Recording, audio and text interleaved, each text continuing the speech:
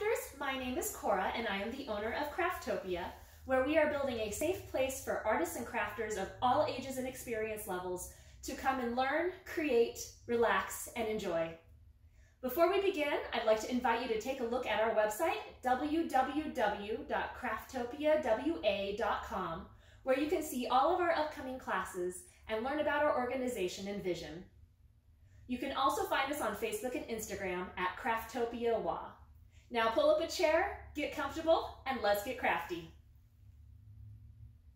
Today we will be making these darling little hanging gnomes. If you're using a kit from Craftopia, then you'll already have everything you need to make your gnome friend, including 2 bundles of pre-cut yarn, a paper strip, a wooden bead for the nose, glue dots, and a hanger. It can also be helpful to have a pair of scissors and a yarn needle, but these are not necessary to complete the project. If you don't have a kit or would like to make additional gnome friends, you can easily make your own supplies. We recommend using a medium weight worsted yarn for best results, which is noted by a 4 on the packaging. Other yarns will work fine, but you may need to adjust more or less depending on the thickness. You'll need about 30 14-inch strips of white yarn for your gnome beard. I like to use a piece of cardboard to wrap the yarn. Since I need 30 strips, I'll wrap the yarn around the cardboard 30 times and cut the strips all at once. If you find that your yarn is a little kinky, you can also give it a quick spritz of water once they're cut, smooth it out flat, and let it air dry, and this will make your fibers relax and look more smooth. The cardboard I'm using is 5 inches by 8 inches, and I'll utilize the short side when I'm wrapping my 35 to 45 pieces that I need to do my hat. Once you have it wrapped, simply give it a snip, and you can cut all your pieces right off the cardboard to get the length that you need. You will need 2 additional pieces of white for tying that are the same length or slightly longer.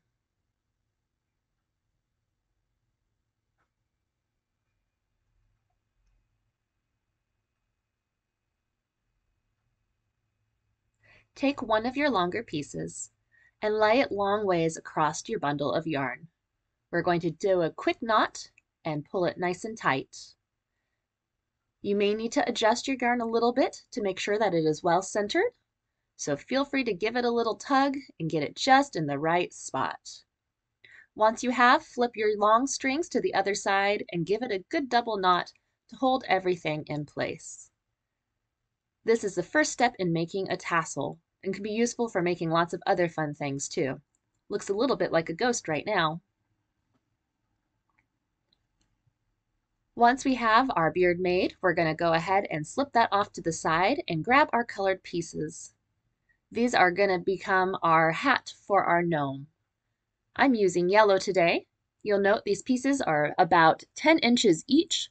You can make them a little longer or shorter depending on the size of your hat, but I recommend not making them too much shorter, otherwise you'll have a hard time tying them.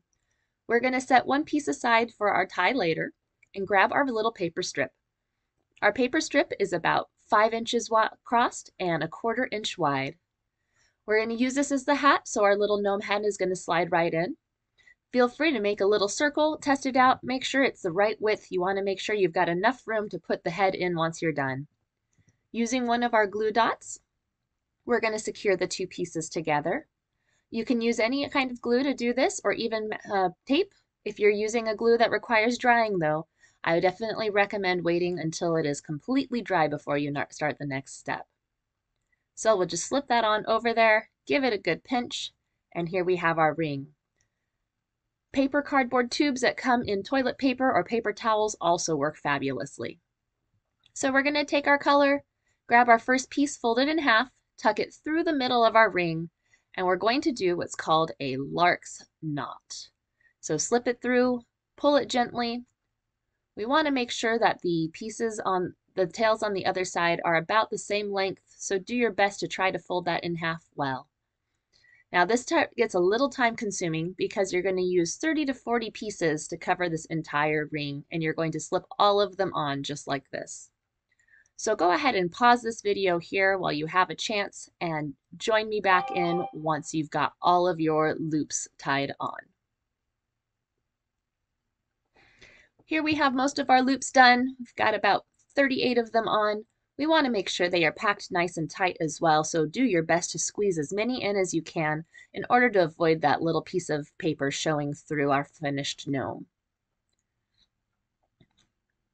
Also very important that you make sure all of your little tails are all hanging the same direction. Now you can leave your hat just like this if you like the way it looks, or if you want something that makes it look a little bit more like a brim, take all of those little pieces and tuck them up through the middle of your ring. Just using my thumbs to kind of shove them through, and then I'm going to pull them on the other side gently. Don't pull too hard as you don't want to tear your ring or accidentally pull your loops all the way through. But this gives your hat the appearance that it has a little brim around the bottom, which I think is a cute feature. So here we have our hat now. I had a few extras there, move them aside. We're going to take our gnome head and our extra piece for tying, and we're going to kind of guess about where that hat is going to fall.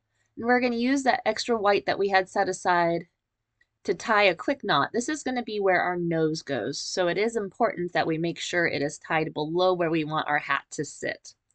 So I'm going to just do a quick little double knot here to secure it all together, and then smooth out his head before we actually attach the hat.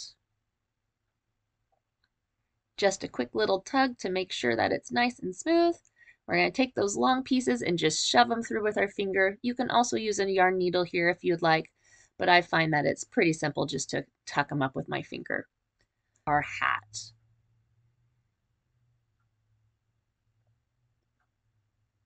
Once you have that double knot tied, I recommend flipping your gnome over and doing another double knot on the back just to make sure that piece is really secure.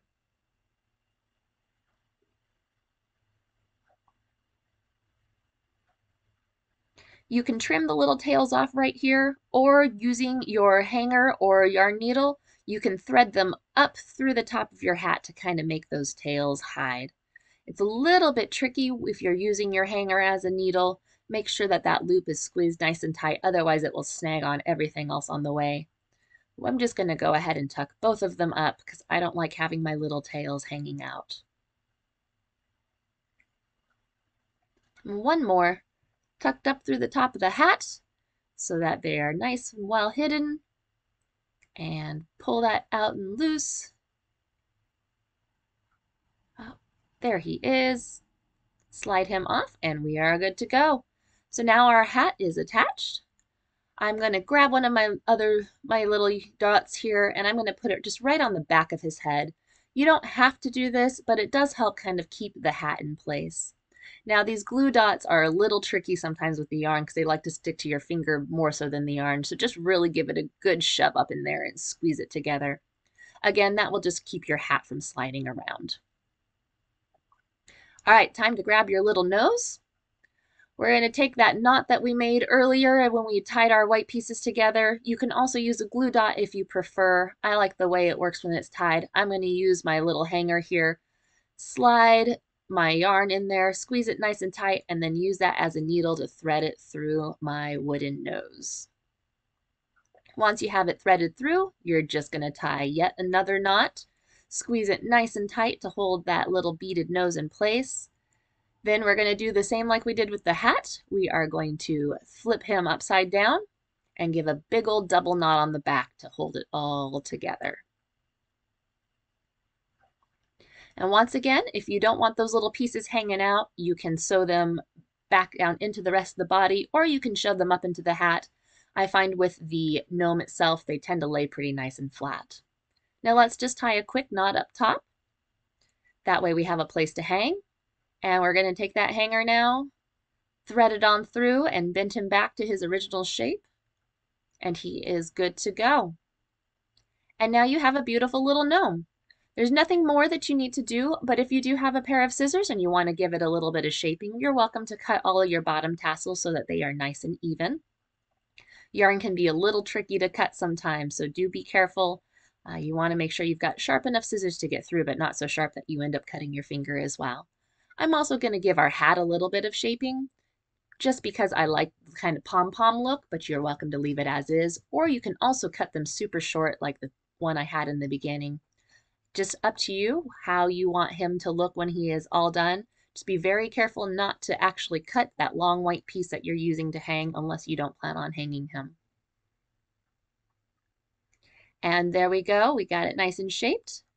And our little gnome friend is all done and ready to decorate wherever we'd like to have him hanging.